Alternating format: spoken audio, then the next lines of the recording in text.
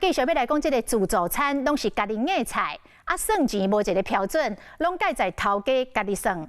像伫台中就有民众硬2支腿，甲一丝肉干丝，甲葱头炒卵，无饭嘛无面，结果爱75块。民众讲，足想要叫垃圾话，哪会遮尔啊贵咧？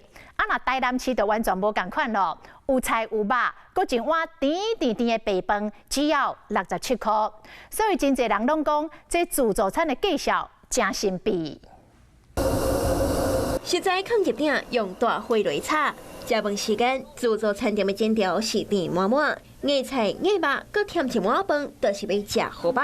要搁这盘，互民众足受气。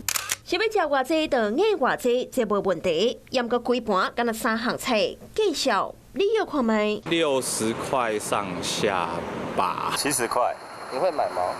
不会，只有3样菜。全部唔对，弄起细鸡鸡腿，用一撮个豆干丝加一丝仔葱头炒卵，无饭甲面顶顶的主食。算钱的时阵，阿姨讲安尼爱75块。差点骂脏话，在心里已经骂无数次了。根本不是吃饱的，就是气饱的，不用看的，也没有称重啊，不会再去那一间了啦。大台中这个热线是讲，当讲伊下班了后无啥胃口，是讲硬几项菜食好袂枵得好，要毋过听着计效实在倒单。相片嘛伫网络顶引发着讨论。